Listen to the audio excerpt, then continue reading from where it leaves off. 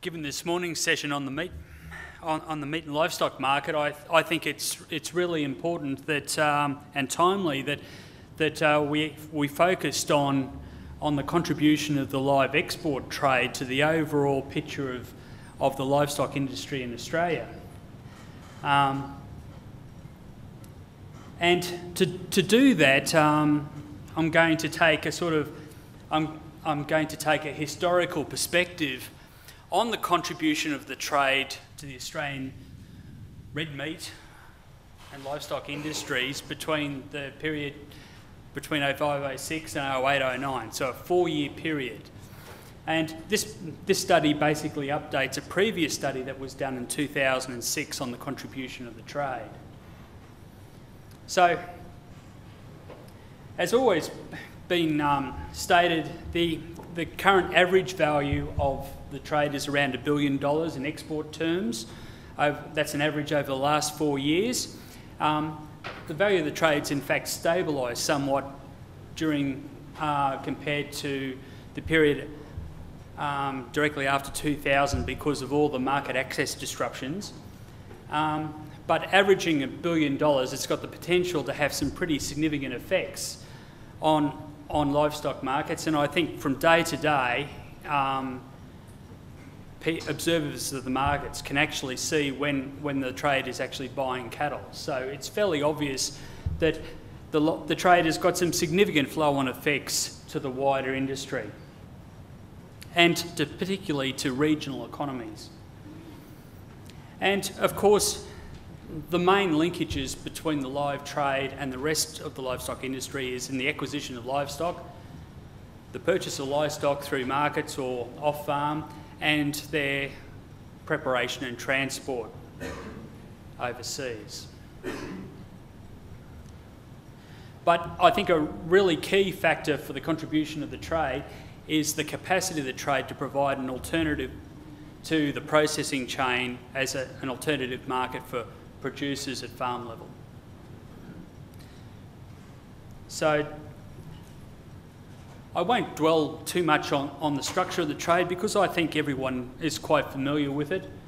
Obviously, Indonesia is a key market for feeder cattle.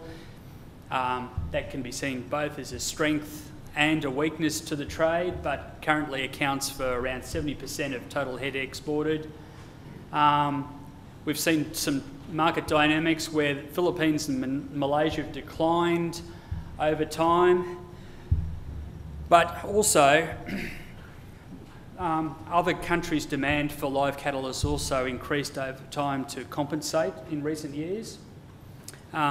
Sheep exports have stabilised around the core markets of Kuwait, of the Middle East core markets, Kuwait, Saudi Arabia, Bahrain and Jordan. And I think in the last year or so, the demand for live sheep, especially in Western Australia and Southern Australia, has been readily identified as a driver of prices within those markets. Not only we're talking about, did our study look at live cattle and sheep, but also it looked at the contribution by the live trading in dairy cattle and goats as well. Malaysia remains a key market for live exports for goats, and in terms of dairy cattle, the markets are fairly spread. I think China, Vietnam and Mexico and a few others are key markets. And of course the Russian Federation.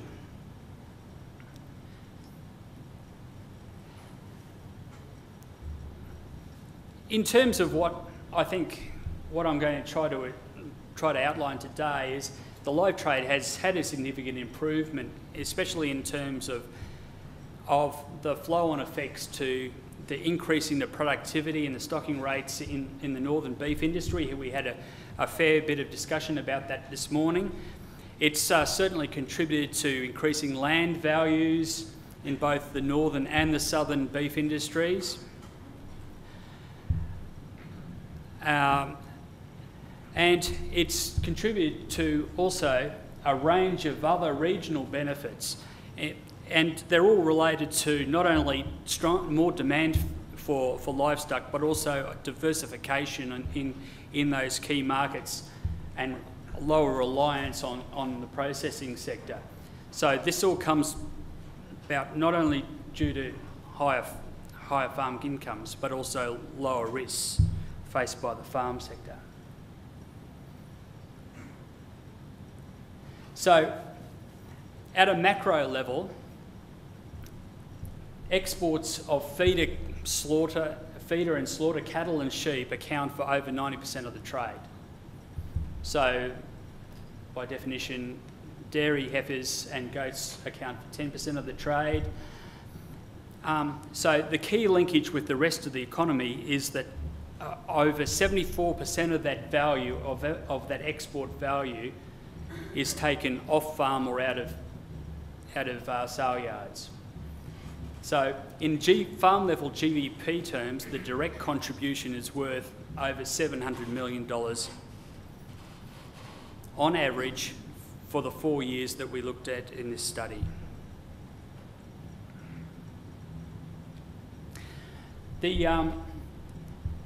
Over the majority of this time, the share of the farm gate price in the export price was actually quite equivalent between sheep and cattle, but towards the end of the period, with extremely strong prices for sheep and for lambs and older sheep, the share of the export price of the farm price and the total export price actually increased towards the end of the period.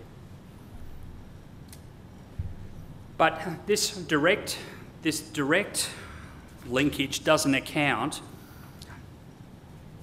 for the flow-on effects in terms of higher prices that flow through to the rest of producers, even those producers who don't directly supply the trade. I think we all know, even from the session this morning, that the benefits of the trade are highly regional to Australia, particularly the northern pastoral zones. A key point of discussion this morning was to the extent what the potential is for processing facilities, especially for cattle in the north, and even with the context of how important the live export trade is to Indonesia, transport south and east is becoming more important over time as, for example, pastoral companies stage their cattle east to the key markets like Roma for feeding and for processing.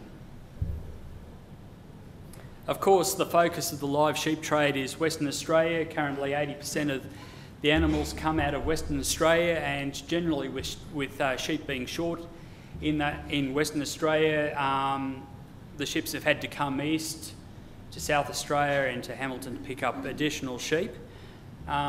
Anecdotes you hear from the market is that even when a ship comes to Victoria, the impact is felt in markets from Wagga up to Dubbo. So I think everyone's quite well aware of the flow-on effects. The dairy heifer trade is also very important because the alternative market for those animals is fairly a low value, because otherwise they'd be slaughtered as calves generally. So particularly the livestock of those, the export of those animals has the potential to really increase the value to farmers. So righto, there's this indirect effect. How did we go about valuing what that's worth? Well, as an economist, our solution to that is to say, how would the returns to farmers have been different in the otherwise or the without live export case? And typically the opportunity cost is in the processing sector. We all know that. But the key difference is that for regional economies, you require additional transport to get those cattle to the market where you need to sell them, and most often they need additional feeding as well. So the difference between the with and the without case indicates the value of the trade, and that's the bottom line of this report.